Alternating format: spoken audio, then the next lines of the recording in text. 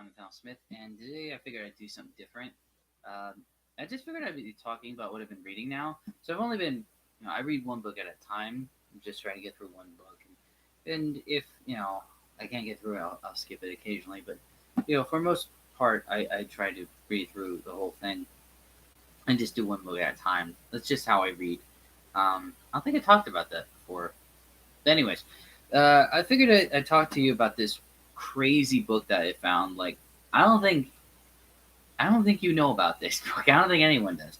It's a book I just randomly found. It's called The Worm Orpheus, and it is fascinating. This is a fantasy that was written before fantasy. This has been written even before Tolkien's work. This is before The Lord of the Rings, and it's a fantasy.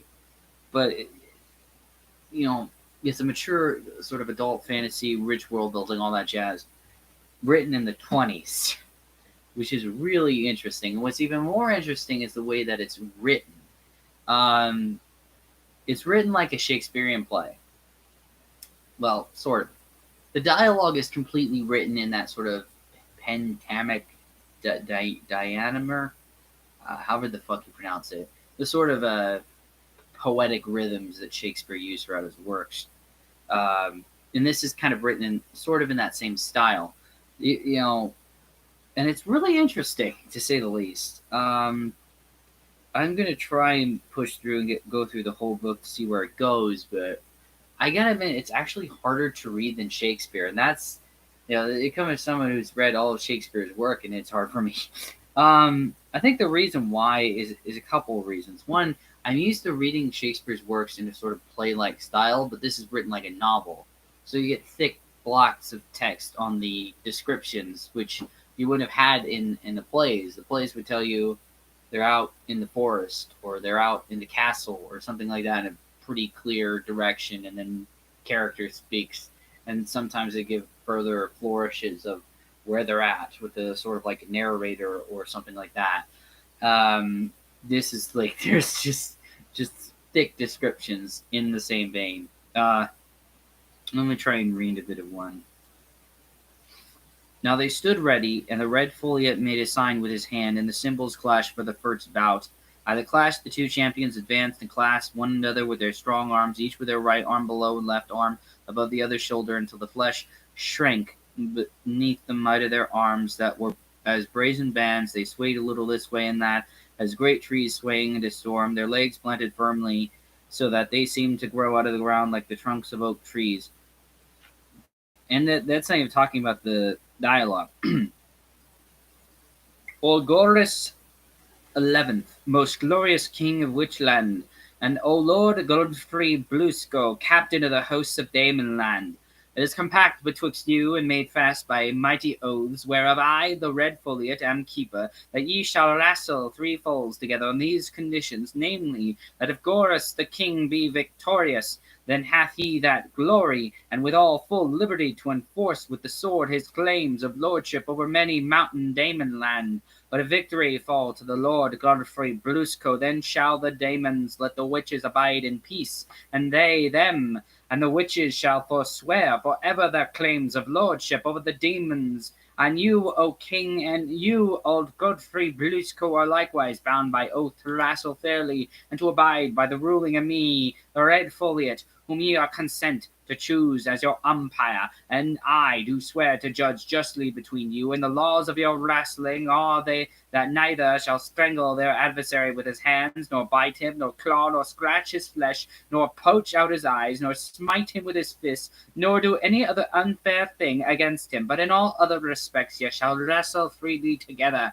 and he that shall be brought to earth with hip or shoulder shall be accounted fallen. So it's honestly a fascinating read, but it's dense, and that's why I try. It's a bit of a struggle to pull through, but it's fascinating at the exact same time. The coolest aspect is there's actual poetry in here, and I'll just read a little bit of poetry right here. This is beautiful. This is literally titled "The Worm Ubris," and it says it's written by Thomas the Rhymer. True Thomas lay on Huntley bank, a fairly he spied with his eye, and there he saw a lady bright come riding down by the I think it's Eildon tree. Her skirt was o' the grass-green silk, her mantle o' the velvet fine. At ilka tet of her horse's mane hung 50 silver bells and 9. True Thomas, he pulled off his cap, and luted low down on his knee. Hail to thee, Mary Queen of Heaven, for thy peer on earth could never be. Oh no, Thomas says, that name does not belong to me. I'm but the Queen of fair Elfland, that am hither come to visit thee. Harp and carp, she says, harp and carp along with me, and if you dare to kiss my lips, sure of your body I will be. Betide me wail, betide me woe, that weird shall never daunt in me. Sign he has kissed her rosy lips all underneath the Eildon tree. So the poetry in this is just amazing and beautiful, and overall, like I said, it's a good book, but it's dense. That's why I'm kind of struggling to get through it because the biggest I'm so used to not only the like I said the sort of play structure in this type of writing that the sort of novelized approach kind of it's daunting to say the least. But also, I don't see the direction in terms of the characters yet. We're just being introduced to a lot of the characters and setting up a lot of the world building. So I don't know where it's going yet. I don't know uh, what sort of character arcs, if any, are going to happen. So far, I know all that's happened so far that I've read, and that's only like 50 some odd pages. Is what happens is, and this is partially mentioned. So what happened before this book was what happened before we read this book is that the demons had to fight one of the greatest foes called the Ghouls, and they defeated them. But the witches from Witchland didn't help them, and the demons had to fight the Ghouls on their own, and they won. And then the Witchland, thinking that they had a one up against the demons because the demons wasted so many of their time and resources, ships, warships, and stuff like that, they could just take over the lands now, thinking the demons are weak. Basically, proclaim to them, "Hey, give us your lands; it's ours now." And the demons are like, "No, we're not having any of that." And so what happens is they set up a duel essentially, but with wrestling, as I've read earlier, and they have a wrestling match, and the king, King Gorus, I believe it is, King Gorus the 11th. Yeah, yeah, Gorus the 11th dies in the wrestling match. And then we got the new king, who's an actual witch, unlike the others of Witchland, because the others of Witchlands don't actually use their magic. They think they can just win by using their physical force. But the new king that's basically taking over has all these magical powers, and something about a fight is going to happen because of some act of revenge. I don't know where it's going to go, but it is interesting. I just think it's kind of fascinating. Like this is about a 434 page book, but I swear it feels like you're reading 1,000 pages. There's so much also just expansive world building and referencing of stuff that happened beforehand. Let me see if I can find one. There's a reference of it.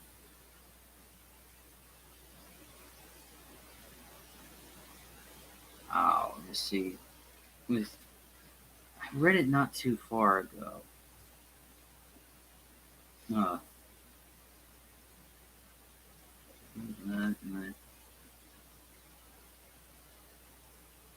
ah,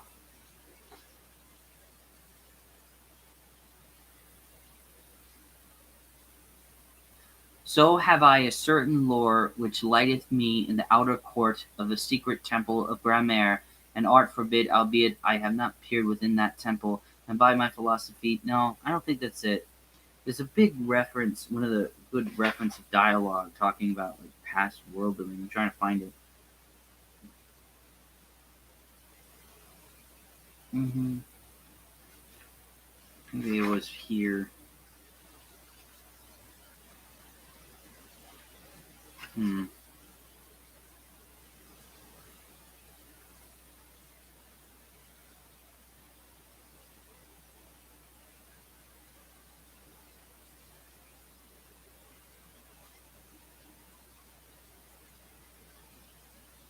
Here we go.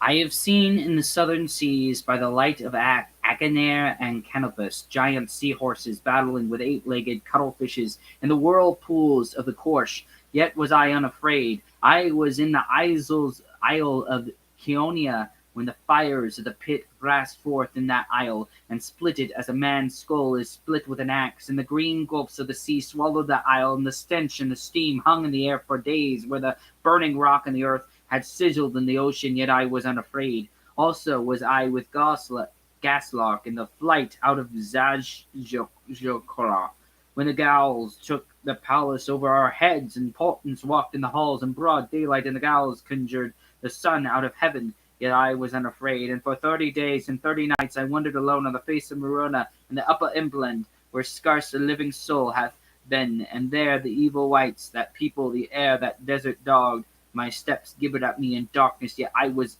I unafraid, and came in due time to Morona, and then standing on the lip of the escarpment, as it were on the edge of the world, looked southway, where never mortal eye had gazed aforetime, across the untrodden forests of the Bohavian, and in that skyey distance, preeminent beyond range on range of ice-robed mountains, I beheld two peaks throned for ever between firm land and heaven in unearthly loveliness, the spires and airy ridges of Castra Palafka, and the wild precipices that soar upward from the abysses to the queenly silent snow dome of Castra Belor.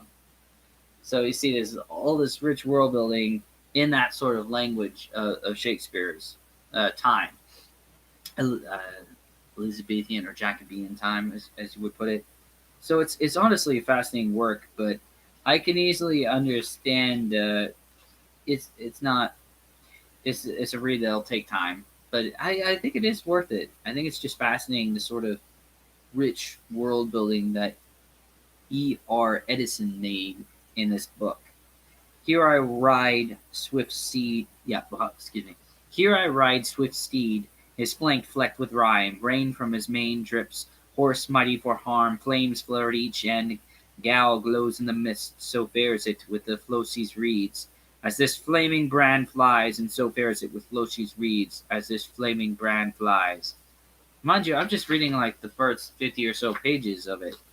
That just shows you how much depth and just how rich the language is, although dense and a bit thick. Yeah, I just think it's fascinating. Really, I do. There's just something fascinating about it. The way that it's written, its structure. I don't think there's ever going to be another book quite like this. Uh, yeah. I'll just read one more poem and then I'll call it for today. I that in hill, I in that hill was the gladness and troublet. Now with great sickness and feeblet with infirmity, timor modus contravet me. Our pleasance here is all vain glory. This false world is but transitory. The flesh is bruckle, the feigned is slain. Timor modus contravet me. The state of man does change and vary. Now sound, now sick, now blind, now serry, now dance and merry. Now like to die, timor mortis contrabate me. No state and aired, here standest sicker, as with the wind wavest the wicker, so wanest the world's vanity, timor mortis contrabate me. Unto the death goes all estates, princes, prelates, and potestates? Bathed rich and poor of all degree, timor mortis contrabate me. He taketh the niches into the field, and armed under helm and shield, victor he is at all melee. Timor mortis contrabate me. That strong, unmerciful tyrant taketh on the mother's breast soakened, the babe full of benignity. Timor mortis contrabate me. He taketh the campion. I think it's campion. He taketh the campion in the stour, the captain closest in the tor, the lady in hour full betwy. Timor mortis contrabate me. He spareth no lord for his presence, no clerk for his intelligence. His awful strike may no man flee. Timor mortis contrabate me. Art, magicians, and astrologies, rhetorics, logicians? I don't know how to say that. Theologians, Then help us no conclusionsly to Timomotus contribute me. In medicine, the most practitioners, leeches, surgeons, and physicians themselves from death may not supply. Timomotus contribute me. See, that's what's so fascinating. He does such a good job imitating that style of writing.